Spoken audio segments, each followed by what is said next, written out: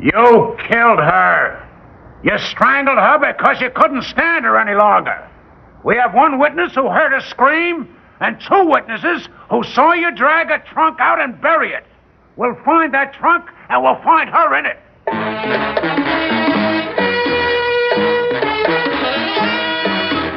Theater 5 presents A Dream of a Scheme.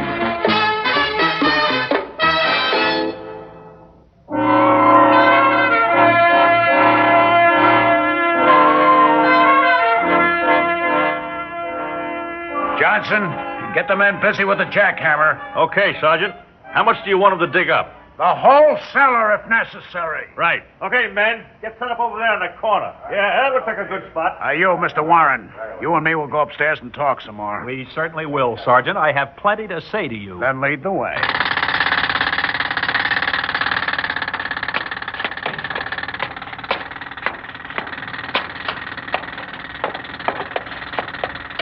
All right. Now we can talk, Mr. Warren. Indeed we can, Sergeant Littler. And let me say, I protest for the third time. I protest in the strongest possible terms what you are doing. It just so happens I have a search warrant. You showed it to me. That does not justify your digging up my gardens, making trenches in my lawns, ruining shrubs that I have spent years cultivating. I insist that when you have finished this nonsense, you put everything back exactly as it was to the last blade of grass. We'll do just that little thing as soon as we find your wife's body. What? Sergeant, you have an obsession. You will never find my wife's body, no matter how much you dig up my premises. Oh, now why don't we stop beating around the bush? Tell us where she is and we can spare your garden. Stop digging up the bushes, and that will spare my garden. All right, never mind the clever comebacks. It's a known fact that you and your wife fought a lot, Mr. Warren, right? Yes, I suppose so. Recently, her temper has become unendurable. I suppose our neighbors told you they heard her raised voice night after night, shrieking at me. They certainly did. Especially the Trebers next door. The Trebers? Those long-eared snoops. My dear Sergeant, they quarrel so much themselves they could hardly have heard me and my wife. Well, they did. All right. We quarreled. Though I am a man of the most peaceful disposition. I like nothing better than a pipe and a game of chess. But Wilma would have irritated an angel. And now she's gone. Evaporated into thin air. That's very convenient, isn't it? Now you can have all the peace and the quiet you want. I have already told you, Sergeant. After an especially bitter quarrel last night, she left me. Packed a bag, told me she had saved $3,000 from the household money, and was going far, far away. I would never hear from her again, she said, as I wasn't worth giving a second thought to. What time was this? Oh, about 8 p.m. 8 p.m., huh? Then how did Mr. Treber next door happen to hear her scream at midnight? Why, that blasted gossip. Does he say he heard Wilma scream last midnight? He swears it under oath. Well, he's thinking of the night before last. Wilma had a little habit of screaming at me just as I was dozing off, just to see me jump. Uh-huh. Well, he says he heard her scream. He went to the window. He saw you and your wife silhouetted against the living room curtains. You were throttling her. Oh, Fred Treber's imagination is running out of control. He may have seen something like that 2 nights ago. Now, I had to help Wilma get her necklace unclasped. It might have looked, to a pop-eyed gossip like Fred Treber, as if I was strangling her. Oh, boy, you certainly have a lot of slick answers. The truth is always the best answer. All right, then answer this one. How does it happen that at 1 o'clock this morning, 1 hour after Mr. Treber saw you choke your wife, both the Trebers saw you drag a trunk out the back door, around to the side of the house, and then heard you digging? They claim that? That's why we have the warrant. That's why we're digging up your place. When a man's wife screams, when he's seen choking her, when he's then seen burying something, and she can't be found, brother, we know we have a murder on our hands. Sergeant, I stand upon my rights as a citizen and a taxpayer.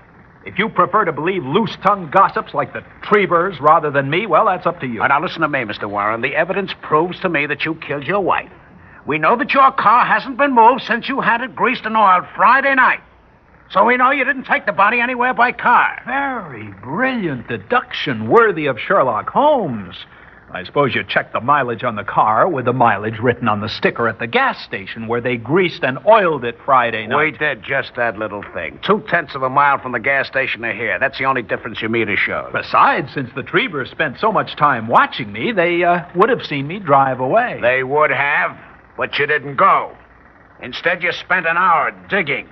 They say that at 2 o'clock you reappeared with a shovel and a pick, and you took them inside the house.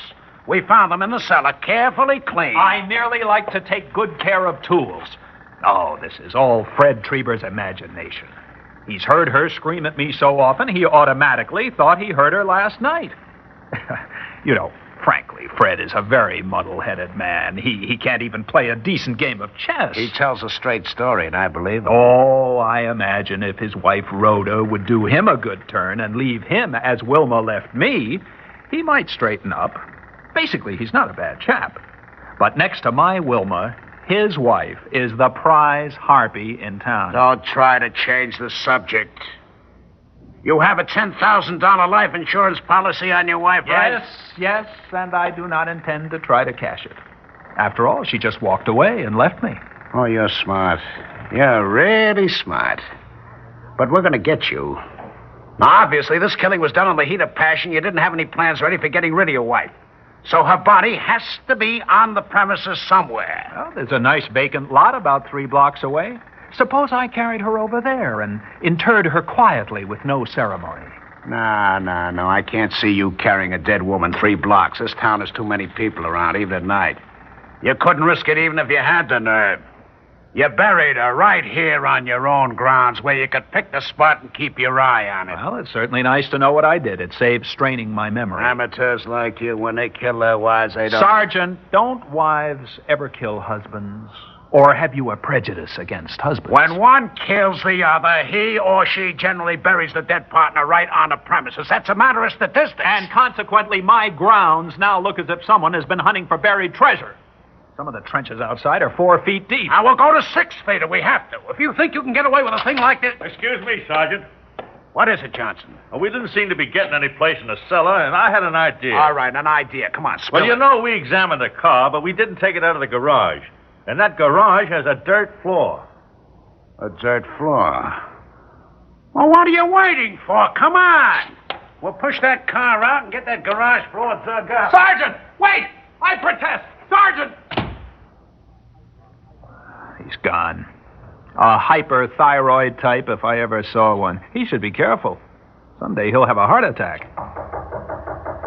Yes, who is it? It's me, Fred Treber. Just a moment. Hello, Charlie. I don't suppose you feel much like talking to me, do you? I certainly don't. After all, it's you who started all this, you and your wild Oh, stories. no, please don't be angry, Charlie. It was really Rhoda who called the police this morning when you said your wife was, well, gone. Personally, I'm sure there's a natural explanation for everything. You're sure. Meanwhile, will you just look at my grounds? Will you look at my lovely flower beds? I have you to thank for this destruction of years of patient effort. Honestly, it was Rhoda. You know what she's like. I told her Wilma is always screaming, and if you felt like burying a trunk in the middle of the night, that was strictly your business, and we shouldn't be nosy. You're the one who said he heard Wilma scream. You're the one who said he saw me choking her. What you need, Fred, is a good psychiatrist. Oh, now, that's unfair, Charlie. That's really unfair. I came over here hoping we could make up and still be friends. You, Warren, you in the door there. Kindly step around here, my friend. You're speaking to me, Sergeant? Nobody else. So you thought you could fool us, eh? Well, we found it. Found what, may I ask? First, we found loose soil underneath your car in the garage. Oil-stained dirt. That was very clever, staining the ground with oil and parking your car directly above it. What'd you do that for, Charlie? Be quiet, Fred. Sergeant, would you please explain what you're leading up to? I'm telling you that we found the trunk you buried. Now, you watch us dig it out and open it. And try to think of some fancy explanation for what we're going to find inside that trunk.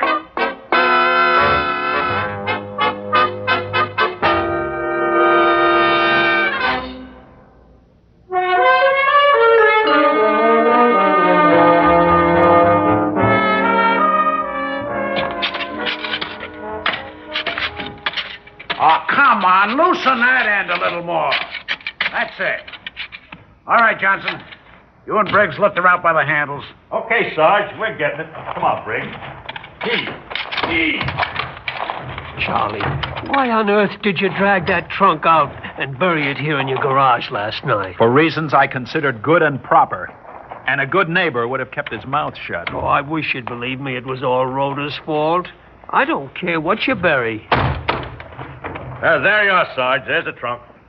Well, Mr. Warren, what have you got to say now? Simply that I consider this whole affair an outrage. If I want to bury a worn-out old trunk, that is my privilege. But it isn't your privilege to put your wife into it first. Okay, Johnson, get it open. I protest. That is my private property you're going to damage. Johnson, put the point of the pick under the lid. Okay, Sarge. Here she goes. She's open, Sarge. Well, go ahead. Lift the lid. Oh, really, Charlie? I know your wife was making your life miserable, but wasn't this a little drastic? Oh, shut up. There. See? There's nothing in it, Sarge. You imbecile, lift out the top tray. She's naturally underneath it. Okay. Uh-oh. Look at this. Oh, my goodness, Charlie. So that's what you did. Now I understand. Dolls.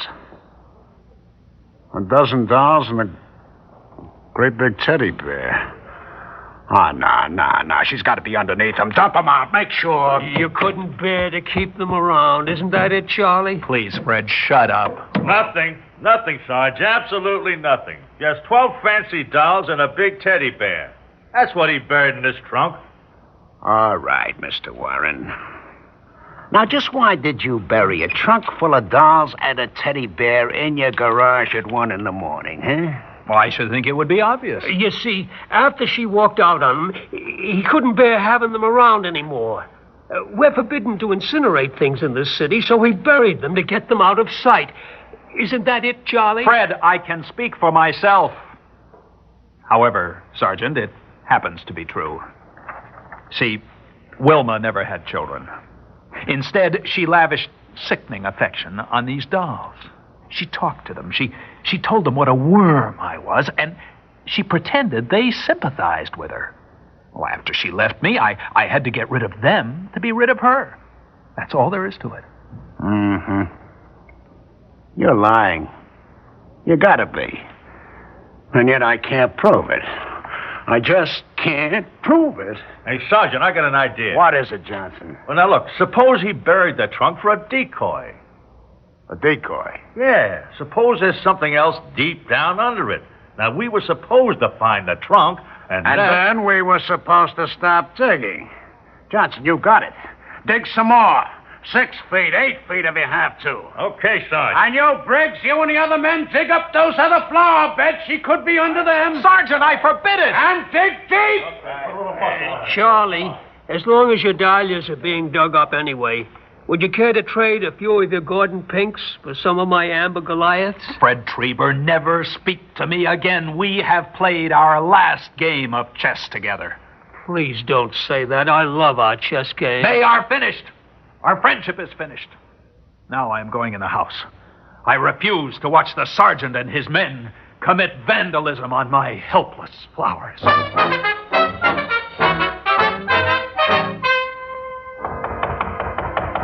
Come in. No, it's you, Sergeant. Well, what have you found now? Nothing. Absolutely nothing.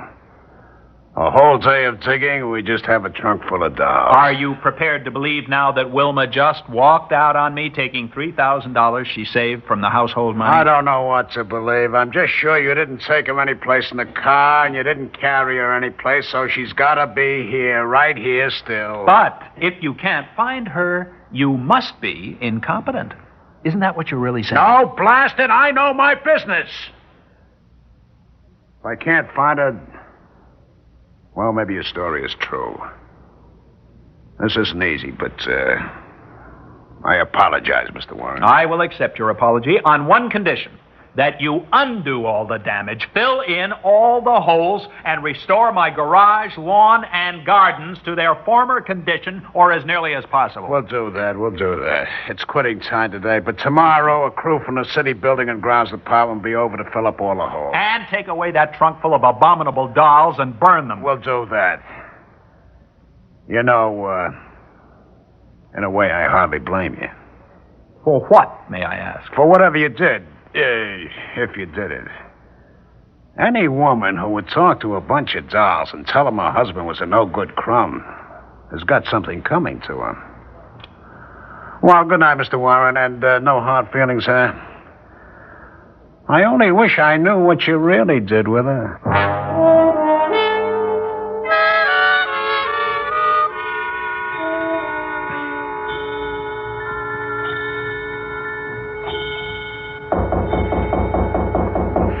Just a minute. Oh, it's you again, Fred. Yes, I waited till Rhoda was sound asleep. You sure she won't wake up? She took one of her sleeping pills, and it's a nice dark night. Sort of foggy. Well, in that case, we might as well get it over with.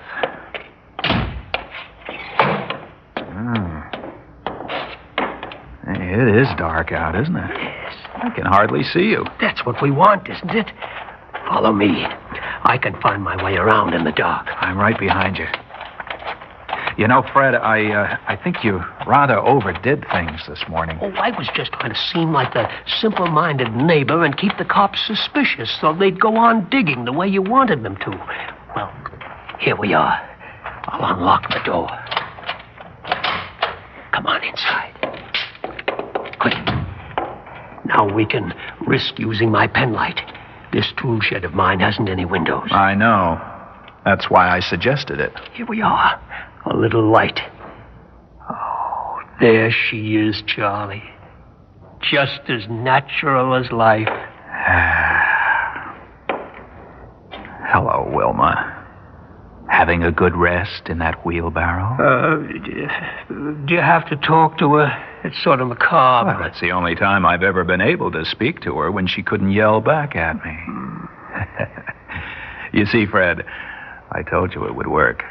If I hid her in your tool shed, they would search my property. But you were the one who informed on me, so naturally they'd never think of searching your property. It worked out just the way you said it would. It's a dream of a scheme, Charlie. Oh, I had to do it. I couldn't stand life with Wilma any longer. Now, this is what we're going to do. The police left a hole almost 7 feet deep in my garage. Now, we'll put her there. Then we'll put in a lot of dirt. Tomorrow, the building and grounds crew will just find a hole and finish filling it for me. She'll be gone forever, and one place the police will never, never search again is the place they have already dug up. Oh, it's sheer genius. But do we really have to wait a whole year before I can try it, too? Oh, we certainly do, Fred. We certainly do. That was my idea, and you agreed to wait a full year, at least. You see, then the sergeant can come over and dig up your place while your wife is in my basement. He'll dig and dig and dig. Hey, Charlie. Charlie. Charlie. Charles, wake up, Charles, wake up. Well, what is it? You were having a nightmare. You were calling out dig, dig, dig, and laughing insanely. Oh, yeah, so I was. I was dreaming about my garden. Your garden. Well, I made up my mind. All those flowers are coming up, and I'm going to plant some real nice evergreen shrubbery like the Trebers have. Wilma, you wouldn't. I certainly would. I'm sick of the time and money you spend on those silly flowers. And you better get up if you don't want to be late for work again. A dream. It was all just a dream, but it seemed so real. As if it had actually happened. As if it had actually happened. Yes.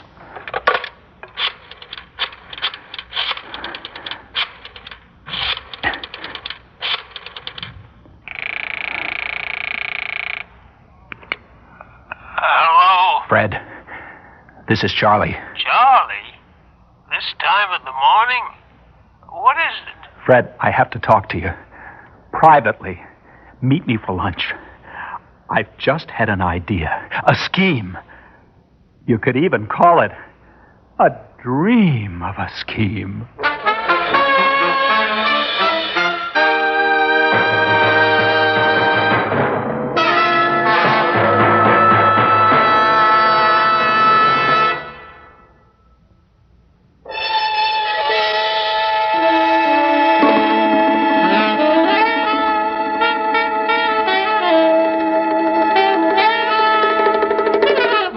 Theater 5 has presented A Dream of a Scheme, written by Robert Arthur and directed by Ted Bell.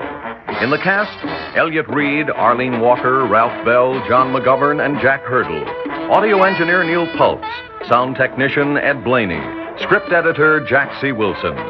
Original music by Alexander Vlastotsenko. Orchestra under the direction of Glenn Osser. Executive producer for Theater 5, Ted Bell. We invite your comments. Write to Theater 5, New York 23, New York.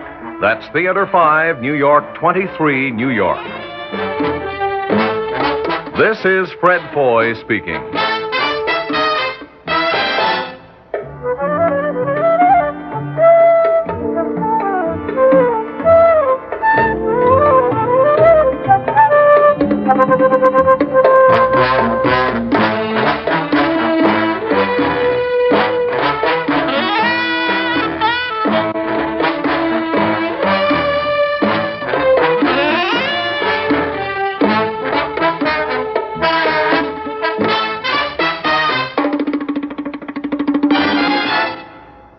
This has been an ABC Radio Network production.